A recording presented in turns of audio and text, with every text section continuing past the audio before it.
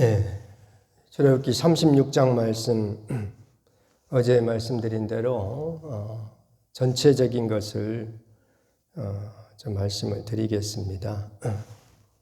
이 전체를 봐야 합니다. 그냥 세세하게 한 부분만 보면은 그 의미가 전달이 되지 않습니다. 이 전체를 봐야 성막이 하나님이 이것 때문에 이 성막을 만드셨구나 하는 것을 이제 우리가 알게 됩니다.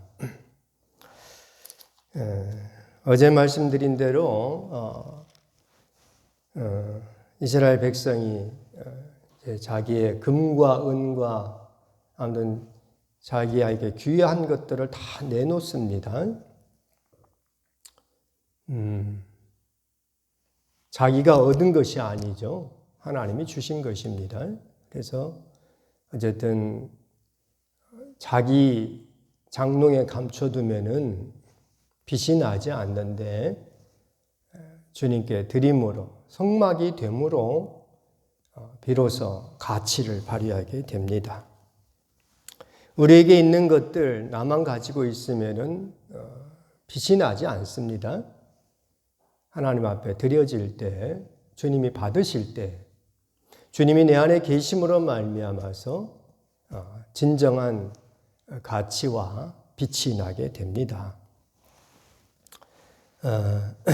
이제 성막을 전체를 한번 살펴보겠습니다. 무엇이든지 우리 이 예배당 건물도 그러지 않습니까? 뼈대가 있어요. 그래야 세워질 거 아닙니까? 뼈대부터 일단 한번 보죠. 10규빗입니다. 길이가. 폭은 1.5규빗짜리입니다. 10규빗, 여기는 1.5규빗. 요 널판을 20개를 연결을 해요. 20개라고 하죠. 20개. 그리고 두 촉이 있죠. 각 판마다 두 촉이 있어서 연결을 하게 되는 겁니다. 그러니까 우리 나무 할 때 들어가는 것이고 또 맞춰지는 것이죠. 두 촉이 있어서 요 전체가 하나로 연결이 되는데 촉만 가지고는 부족하니까 바람 불면 쓰러질 수 있고 빠질 수도 있으니까 이 5개로 띠를 만듭니다. 중간에 있는 띠는 이 전체를 관통을 해요. 그리고 아마 이렇게 되지 않을까 싶어요. 이런 식으로. 중요한 것은 이것이 벽체를 만드는데 각 조각목, 그러니까 10규빗, 1.5규빗 이 모든 것을 다 금으로 쌓아요. 10규빗은 1규빗이 팔꿈치로부터 손가락 끝까지이기 때문에 계산하기 쉽게 해서 50cm로 생각을 하자고 그랬죠. 그럼 10규빗이면 5m입니다. 5m. 엄청 높아요. 1.5규빗 75cm입니다. 이 널판의 두께는 나오지 않아요. 그런데 75cm 폭이 75cm 되는 그런 널판이라고 하면은 한 3cm 이상은 돼야 되지 않겠습니까? 적어도. 이것은 사람 혼자 지고 갈 수가 없어요. 그래서 이 널판은 수레에 싣고 갑니다. 광야 생활입니다. 이동하는 거예요. 그래서 이렇게 다 연결해서 조립해서 하는 겁니다. 성막이. 성막의 중요한 부분이 연결하는 거라 말씀드렸습니다. 성도 혼자 있으면 안 되고 함께 연합해야 합니다. 이게 성막의 아주 중요한 메시지예요. 어쨌든 이제 이것이 1.5규빗짜리 20개니까 여기가 30규빗이 되는 거예요. 이것이 한쪽 북쪽 면과 남쪽 면을 이렇게 다 하고, 지금 우리가 예배당 들어온 데 입구는 휘장으로 이렇게 가림합니다. 예. 그리고 이제 예배당 들어오는 그 입구 쪽은 어쨌든, 이제 뒤에, 지성소 뒤쪽으로는 이제 막아버리죠. 못 들어오게. 거기는, 요 1.5규빗짜리 널판을 6개를 연결을 해요. 그러니까 요거 30, 6, 1은 6. 9규빗이죠. 9규빗. 예. 근데 모서리가 있기 때문에 모서리와 같이 연결을 생각해 볼 때 10규빗 정도로 이해를 합니다. 예. 그래서 어쨌든 이제 성막이 이렇게 위에서 내려보는 것으로 생각을 하는 거예요. 여기가 30규빗, 여기가 10규빗. 이런 널판을 20개를 연결하니까 30규빗이 된 겁니다. 그래서 10규빗이기 때문에 높이도 10규빗이지 않습니까? 그래서 아마 가름대를 요 3분의 1 지점에 놓지 않았을까. 그러면은 요 공간은 정육면체가 되는 겁니다. 가로, 세로, 높이 전체가 다 10규빗이 되는 거예요. 요 가름대를 여기는 4개를 만들어요. 해서 여기다 휘장을 해서 지성소와 성소를 구분합니다. 그래서 아마 10규빗 정도 되는 곳에 요 가름대를 놓지 않았을까. 여기서 이제 들어가는 거죠. 이쪽에서 들어가는데 여기는 가름대를 5개를 놓습니다. 휘장을 해가지고 이렇게 들어가는 거죠. 여기에 이제 법궤가 있고요. 여기에 떡상이 있고, 여기 금등대가 있고, 여기에 분향단이 있게 됩니다. 여기를 이제 뜰로 보게 되면은, 처음에 들어가면은 번제단이 있고, 물두멍이 이렇게 되는 거예요. 여기도 이제 큰 문이 있는 거죠. 그죠? 여기도 이제 큰 문이 있어가지고, 20규빗 때는, 아무튼, 30규빗 때는 큰 문이 들어가서 성막에 뜰이 되고 하는 거. 오늘 우리가 볼 것은 여기입니다. 여기. 성소와 지성소로 나눠지는 요 부분. 어쨌든 벽체는 금으로 다 쌓여진 겁니다. 이쪽도 전부 다 금으로 다 쌓여 있는 거예요. 떡상도 금으로 쌓았고요. 금 등대, 1달란트를 쳐서 등대를 만들고, 분향단도 다 금으로 쌓습니다. 들어가면 전체가 다 금입니다. 그죠? 그 다음에 이제 이것을 이제 덮어야 되죠. 지붕. 막으로 덮는 거예요. 막으로 덮는데 4겹으로 덮어요. 들어가서 처음으로 딱 천장을 쳐다보면 뭐가 보이느냐? 그것은 여기를 읽어보죠. 8절 말씀. 오늘 보면 8절. 같이 읽죠. 8절. 일하는 사람 중에 마음이 지혜로운 모든 사람이 열폭 휘장으로 성막을 지었으니 곧 가늘게 꼰 배실과 정색, 자색, 홍색 실로 그룹들을 무늬 놓아 짜서 지은 것이라. 매폭의 길이는 28규빗, 너비는 4규빗으로 각 폭의 장단을 갖게 하여 그 5폭을 서로 연결하며 또 그 5폭을 서로 연결하고 연결할 끝폭과에 청색 고를 만들며 다른 연결할 끝폭과에도 고를 만들되 그 연결할 한 폭에 고리 50개를 달고 다른 연결할 한 폭과에도 고리 50개를 달아 그 고들이 서로 대하게 하고 금갈고리 50개를 만들어 그 갈고리로 두 휘장을 연결하여 한 막을 이루었더라. 8절부터 13절까지 있는 이 말씀이 참 중요합니다. 성소, 지성소에 들어가면 무엇이 보이느냐? 청자홍, 청색, 자색, 홍색, 그리고 가늘게 꼰 배실로, 그러니까 4가지 색깔이 들어가는 거예요. 청색, 자색, 홍색, 그 다음에 흰색. 요 청자홍 배실로 가늘게 꼰 배실로 어쨌든 무엇을 수를 놓느냐? 그룹을 수 놓는다 그럽니다. 그룹들을 무늬 놓아 짜서 지은 것이라 그러죠. 그룹은 천사로 이해를 하시면 된다 했습니다. 네. 여기를 다시 설명을 드리겠습니다.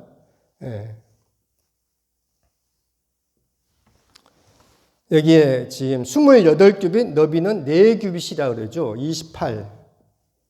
28규빗, 여기에 4규빗입니다. 4규빗. 이것을 5개를 연결을 하는 거예요.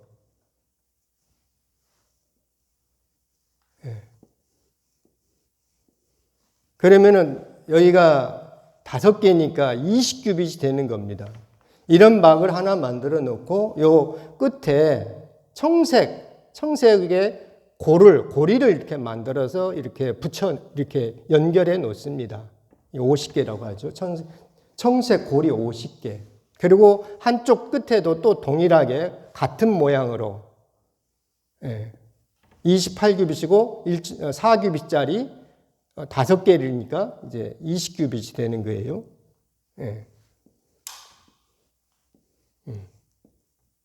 이것이 첫 번째 성소에 들어가면은 이것이 보이는 거예요. 여기에는 무엇이 있다고요? 청자홍 배실로 그룹이 수놓아 있는 겁니다. 여기도 고리가 청색 고가 50개 들어가서 금 갈고리를 이 2개를 연결을 해요. 이렇게. 그래서 올려놓습니다. 그러면 올려놓으면 여기에 바람이 들어갈 거 아니에요. 그죠? 그래서 이것은 무엇으로 덮느냐? 염소털로 14절부터 요 위를 덮는 또 막이 나와요. 14절 한번 읽어보죠. 그 장막을 덮는, 성막을 덮는 막, 곧 휘장을 염소털로 만들되 11폭을 만들었으니 그럽니다. 각 판의 길이는 30규빗, 너비는 4규빗으로 11폭의 장단을 갖게 하여. 이번에는 이제 아까는 28규빗이었는데 이번에는 30규빗짜리 좀 더 길어요. 그리고 어쨌든 4규빗짜리를 5개를 연결을 합니다. 조금 길어졌는데요.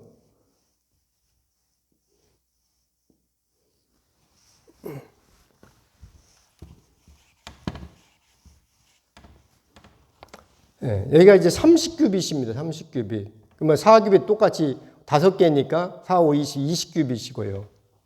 그리고 또 동일한 것을 하는데 이번에는 5개를 하지 않고 6개를 해요.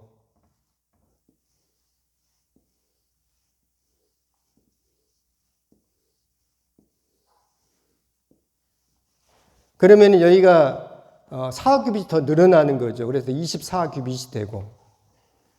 여기에도 고리를 50개를 해가지고요. 여기는 청색고가 아니라 그냥 고리입니다.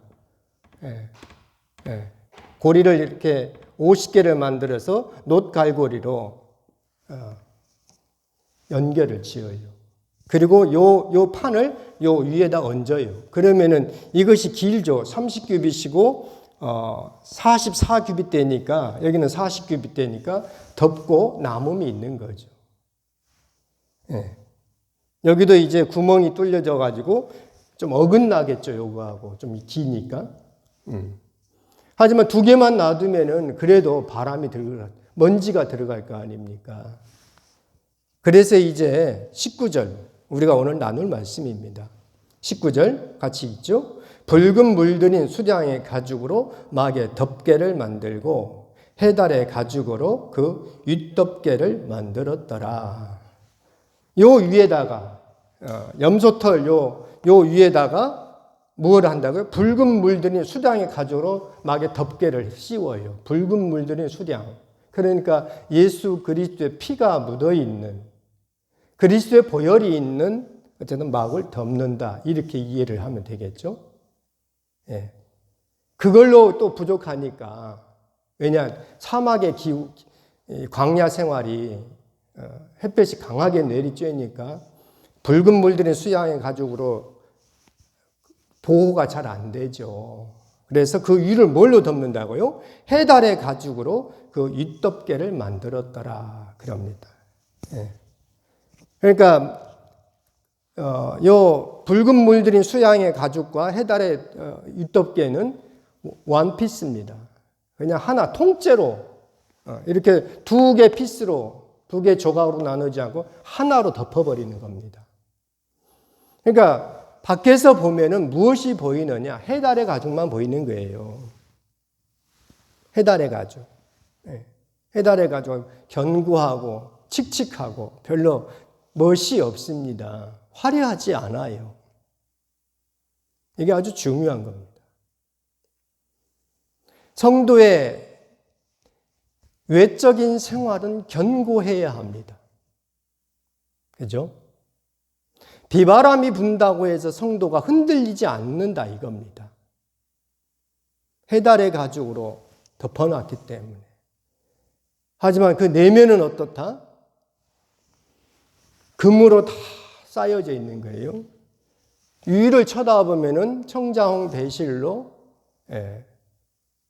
그룹 모양의 어쨌든 그 모양이 있는 그 성소가 되는 겁니다. 그리고 여기도 휘장으로 나눈다고 그랬죠. 지성소와 성소를. 요 휘장으로 나오는데 요 휘장도 동일하게 청자홍 배실로 그룹 모양을 수를 놔요. 여기서 들어가면은 정면으로 보이는 것이 청자홍 배실로 그리고 그룹 모양이 보이는 겁니다. 오늘 우리가 나눌 말씀이 이겁니다. 무엇보다도 성도의 내면은요, 휘황찬란해야 한다 이겁니다. 금으로 화려해야 합니다. 금과 같은 신앙, 변치 않는, 그죠? 금은 변하지 않는다 그러죠. 변함이 없고, 우리 성도의 내면은 어떻다고요? 기쁨과 감사로 차고 넘쳐야 한다 이겁니다. 이것을 베드로 사도님이 이렇게 가르쳐 주죠. 너희는 택하신 족속이요 왕 같은 제사장들이요 거룩한 나라요 그의 소유가 된 백성이니 이는 너희를 어두운 데서 불러내어 그의 기이한 빛에 들어가게 하신 이의 아름다운 덕을 선전하게 하려 함이라. 하나님의 그 기이한 신비로운 빛에 들어가게 하신 그 아름다움이 우리 가운데 차고 넘쳐야 한다 이겁니다. 이것이 성막이 가르쳐주는 아주 중요한 메시지예요. 베드로후서 1장 19절 말씀에도 또 우리에게는 더 확실한 예언이 있어 어두운 데를 비추는 등불과 같으니 날이 새어 샛별이 너희 마음에 떠오르기까지 너희가 이것을 주의하는 것이 옳으니라.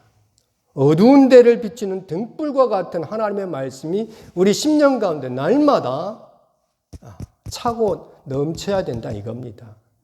이것이 성막이에요. 네. 이에 반해서 성도의 외적인 삶은 어떠해야 합니까? 어떻게 보면 이것이 더 중요할 수가 있어요. 실제로는 내적인 삶이 중요하죠. 하나님이 이것을 우리에게 가르쳐 주는데요. 세상 사람들은요, 우리의 외면을 보니까 이것이 더 중요할 수 있습니다. 우리의 겉으로 드러난 우리의 모습은 어떻게 보면 보잘것없을 수가 있어요. 왜? 해달의 가죽으로 쌓아버렸거든요. 해달의 가죽으로 쌓기 때문에 별거 안 보입니다. 그냥 칙칙한, 그러니까 성막을 겉에서 보면요, 그냥 차고와 같은 거예요. 해달의 가죽으로 덮어 쌓아버렸어요, 그냥. 시커매요. 하지만 어떻다? 견고합니다. 비바람에 영향받지 않습니다. 네. 성도는 어떤 외적인 핍박이 온다든가 아니면 어떤 상황이 안 좋아진다 할지라도 성도의 삶은 흔들리지 않아야 한다 이거예요. 고린도전서 15장 58절 말씀이죠. 내 사랑하는 형제들아 견실하며 흔들리지 말고 항상 주의 일에 더욱 힘쓰는 자들이 되라. 항상 주의 일에 더욱 힘쓰는 자들이 되라. 이는 너희 수고가 주 안에서 헛되지 않은 줄 알미라. 그럽니다. 시편 55편 22절 말씀, 내 짐을 여호와께 맡기라. 그가 너를 붙드시고 의인의 요동함을 영원히 허락하지 않는다. 그래요. 하나님께서 기뻐하는 사람은 심지가 견고한 자, 마음의 뜻이 의지가 분명한 사람을 하나님은 기뻐하신다. 그럽니다. 오늘 우리가 들어야 할 메시지입니다. 성막을 통해서. 우리의 외적인 모습이 자꾸 화려한 방향으로 나가려고 하면요. 이거 잘못되겠다 하고 예수님이 그렇게 하셨어요. 우리가 믿는 주님께서 자기를 왕으로 삼으려고 할 때 주님은 다 뿌리치고 한적한 곳으로 가서 기도하십니다. 이게 성도의 외면입니다. 우리의 외적인 모습이 돈이 많고 권력이 있고 아는 것이 많고 내놓을 것이 많다고 해서 화려한 그것이 우리의 외적인 모습이 아닙니다. 우리의 외적인 모습은 세상 어떤 유행이 어떤 비바람이 친다 할지라도 흔들리지 않고 견고하게 뚜벅뚜벅 한 걸음 한 걸음 하나님 말씀 따라 나아가야 할 줄 압니다. 하지만 성도의 내적인 삶의 모습 어떠해야 합니까? 날마다 주님으로 말미암아서 기뻐하고 감사하고 말 그대로 휘황찬란해야 합니다. 성소에 들어가면 휘황찬란합니다. 모두가 다 금입니다. 그죠? 우리 그리스도인은요, 외적인 화려함 추구하지 않습니다. 사람들이 나를 왕으로 삼는다 할지라도 사람들이 막 박수 칠 때 어떻게 해야 합니까? 도망쳐야 합니다. 박수 쳐주니까 좋다 하고 거기에 빠져버리면은 잘못될 가능성이 많아요. 여기에 교회 역사가 참 많은 오점을 남깁니다. 사람은 외양을 보지만 우리 주님은요, 중심을 보십니다. 우리 중심이 날마다 하나님으로 말미암아서 그리스도의 말씀으로 말미암아서 날마다 감사와 기쁨이 차고 넘치는 우리 모든 성도들이 되어야겠습니다. 기도하겠습니다. 거룩하신 하나님 아버지 은혜를 감사합니다. 성막 전체의 모습을 보여주시니 하나님 감사합니다. 아버지 하나님, 성막은 연결되어야 합니다. 나 혼자 성막이 이루어지는 것이 아님을 압니다. 그렇다고 해서 나 자신이 다 드러나는 것이 아니라 그리스도로 쌓여져서 금으로 쌓여져서 나 자신의 모습은 보이지 아니하고 그리스도의 거룩함만 드러날 수 있는 우리 모든 성도들이 되게 하여 주옵소서. 성도의 내적인 모습은 날마다 주님으로 말미암아 기뻐하고 즐거워하며 감사하며 휘황찬란한 우리 모든 성도들이 되게 해 주옵소서. 무엇보다도 하나님 아버지, 세상 어떤 유행의 바람이 분다 할지라도, 세상 어떤 탄압과 핍박의 바람이 분다 할지라도 비바람에 영향받지 않고 견고하고 흔들리지 않는 견실한 믿음이 될 수 있도록 주여 은혜를 베풀어 주옵소서. 우리 발포교회가 세상 여러 가지 일들로 말미암아 흔들려버리는 세상 비바람에 영향받는 약한 교회가 되지 않게 하시고 해달의 가죽으로 튼튼하게 쌓여져서 견고한 하나님의 말씀이 세워지는 주님의 몸된 우리 모든 성도들이 다 되게 하여 주옵소서. 예수 그리스도 이름으로 기도드립니다. 아멘.